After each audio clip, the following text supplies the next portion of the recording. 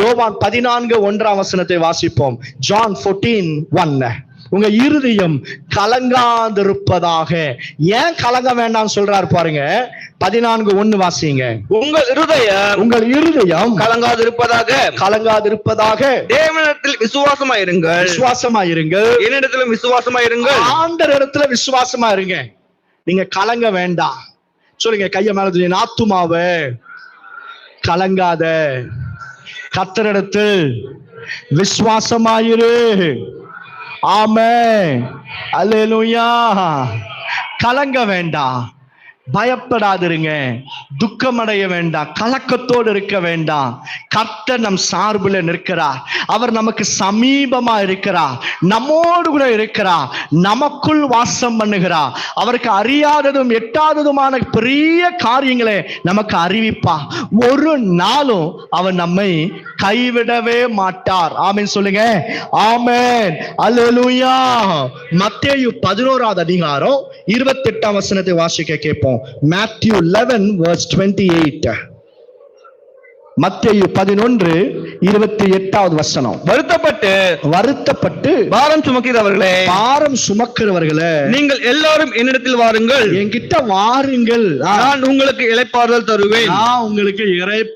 தருவேன். நீங்க வருத்தத்தோடு உலகத்துல எந்த இடத்துக்கு போனாலும், ஒண்ணு உன் சந்தோஷம் நிலையா இருக்காது, ரெண்டாவது இன்னும் வருத்தம் கூடிடும். வருத்தத்தின் மேல வருத்தம் உனக்கு அதிகமாய் கூடுமா?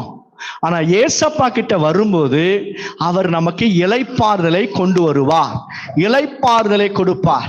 உன் பிள்ளைகளை குறித்த வருத்தமா இருக்கலாம், கடன் பிரச்சனைகளை குறித்த வருத்தமாக இருக்கலாம், உன் எதிர்காலத்தை குறித்த வருத்தமாக இருக்கலாம், தோல்வி அடைஞ்சிட்டேன் என்று சொல்லலாம். உன் வருத்தம் பாரம் எதுவாக இருந்தாலும் ஏசப்பா கிட்ட ஓடி வந்துருங்க. அவர் உன்னை விடுதலையாக்குவார். அவர் உனக்கு இளைப்பாறுதலை கட்டளையிட்டு உன்னை பலப்படுத்தி உனக்கு சகாயம் பண்ணுகிற தேவனாக இருக்கிறார். ஆமென் சொல்லுங்க. ஆமென், அல்லேலூயா. கையை நல்ல மேல ஆமென் சொல்லிடுவோம். ஆமென், அல்லேலூயா. ஒரு அம்மாவுக்கு பல ஆண்டுகள் கழித்து குழந்தை பிறந்துருச்சு. நான் ஒரு ஹாஸ்பிட்டல்ல இருக்கும்போது அந்த தாய்க்கு, பெற்றெடுத்த அந்த அம்மாவுக்கு நிமோனியா வந்துருச்சு. ரொம்ப சீரியஸ் ஆகி ஹாஸ்பிட்டல்ல ஐசியூல கிடத்திட்டாங்க. அப்பதான் குழந்தை பிறந்திருக்கு. அவங்க குடும்பமே பார்த்தீங்க அப்படின்னா அவ்வளவு பாரம், அவ்வளவு கவலை. எல்லாரும் வந்து ஹாஸ்பிட்டல்ல வெளியே கிடக்குறாங்க. டாக்டர் சொல்லிட்டாங்க, அந்த அம்மா மரித்துரும், செத்து போயிடும், நீங்க சொந்தக்காரங்களுக்கெல்லாம் சொல்லி அனுப்பிடுங்கன்ட்டு. நான் அந்த வழியா நாங்க போயிட்டு இருந்தேன். அவங்க எல்லாம் பார்த்து சின்ன குழந்தைய கையில வச்சுக்கிட்டு அவங்க எல்லாம் தேம்பி அழுகிறாங்க. அதை பார்க்கும்போது ரொம்ப மனசு கஷ்டமா இருந்தது. நான் கேட்டேன், என்ன விவரம் அப்படின்ட்டு.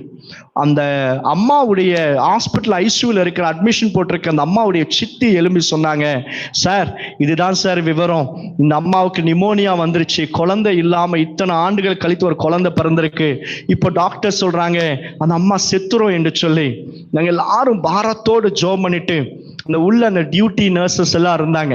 நான் ஒரு வார்த்தை சொன்னேன், நம்ம சேர்ந்து ஜெபம் பண்ணலாமா அப்படின்னு சொன்ன உடனே நானும் இன்னொரு சிஸ்டர் இருந்தாங்க, எல்லாரும் நாங்க சேர்ந்து ஜெபம் பண்றோம். பாருங்க, அந்த அம்மாக்குள்ள ஒரு சர்ப்பம் ஆவி வெளியே வருது. அது வரைக்கும் அந்த அம்மா வெண்டிலேட்டர்ல இருந்து பேச முடியாம இருந்த அந்த அம்மாக்குள்ள ஒரு சர்ப்பத்தின் ஆவி எழும்பி அந்த பாம்பு வளைகிறத போல வளைஞ்சு சொல்லுது, இது எனக்கு வேணும், இது எனக்கு விட்டுடு அப்படின்னு. இயேசுவின் நாமத்தை சொல்லும் போது அந்த அம்மாவுக்கு கர்த்தர் விடுதலையை கொடுத்தார். விடுதலை கொடுத்தது மாத்திரமல்ல, ஜீவனையும் கொடுத்து அந்த அம்மா போகும்போது அந்த குழந்தைய கையில எடுத்துக்கிட்டு போனாங்க. கர்த்தருடைய பிள்ளைகளே, கர்த்தர் உன் ஜெபத்தை கேட்கிறவ. அதுவும் உடைந்த உள்ளத்தோடு நீங்க ஜெபம் பண்ணீங்கன்னா உன் இருதயத்தை காண்கிறவர். அநேக தெய்வங்கள் என்று சொல்லப்படுகிற காரியங்கள் உலகத்துல உண்டு. ஆனா இந்த தெய்வத்துக்கு இருக்கிற பெருத்த வித்தியாசம் என்ன தெரியுமா? நான் உள்ளத்தை காண்கிறவர். அல்லேலூயா. அவர் உன் உள்ளத்தை காண்பா.